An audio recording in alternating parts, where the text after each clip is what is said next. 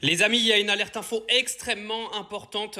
Alors, l'Iran a appelé les pays voisins à évacuer d'urgence le personnel des entreprises pétrochimiques. L'avertissement d'urgence concerne le complexe pétrochimique de Jubail en Arabie Saoudite, la raffinerie de Ras Laffan au Qatar, le complexe pétrochimique de la société Holding Mesaïd, filiale de Chevron au Qatar, le champ gazier d'Al Hossein aux Émirats Arabes Unis. Avertissement urgent. Cet objectif va subir des frappes militaires. Surveillez l'horloge, indiquent les messages de Téhéran. Il faut savoir que Israël a attaqué avec l'accord des États-Unis les installations pétrolières, pétrochimiques et gazières du sud de l'Iran en visant directement South Pars, le plus grand champ gazier du monde. 70% du gaz et de l'électricité iranienne partagés avec le Qatar. Il faut savoir qu'il y a déjà des dégâts incommensurables là-bas. Les médias d'État iraniens confirment incendie massif sur les usines de traitement, phases touchées dont la 14, production de gaz réduite, évacuation des ouvriers.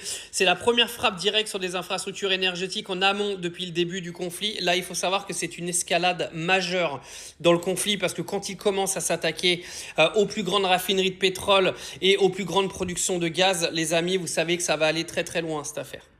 Donc le gazoduc vers la Turquie est menacé, les marchés du GNL déjà tendus, prix du pétrole en forte hausse, Téhéran jure une riposte féroce.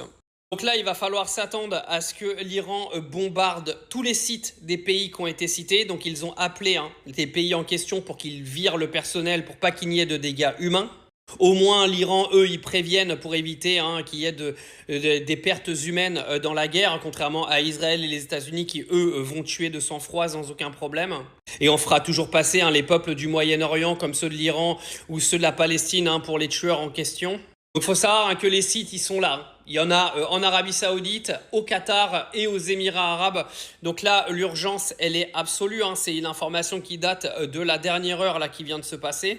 Bien sûr, je vais vous tenir au courant de tout ça parce que c'est extrêmement grave ce qui est en train de se passer. On pensait à un moment donné qu'il allait y avoir une désescalade, mais le problème c'est qu'Israël et les États-Unis sont en train de jouer leur va-tout parce qu'ils sont complètement à la ramasse. Il faut savoir que le porte-avions américain, et je vous le ferai dans une autre vidéo, est obligé d'interrompre aujourd'hui ses activités proches de l'Iran parce qu'il y a un incendie qui s'est déclaré sur le porte-avions, soi-disant un incendie que eux auraient provoqué, mais c'est quasiment sûr et certain que c'est un drone iranien qui a dû atterrir sur le porte-avions.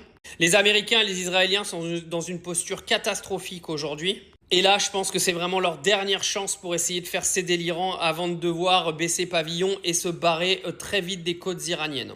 Alors là, on va voir ce que ça va donner, mais attendez-vous à ce qu'au niveau du pétrole, du gaz, etc., ce soit un carnage dans les jours et les semaines à venir, les amis, au niveau du prix chez nous, parce que là, ça commence à vraiment devenir n'importe quoi et j'ai bien peur que les prix explosent, mais vraiment bien comme il faut dans les semaines qui viennent.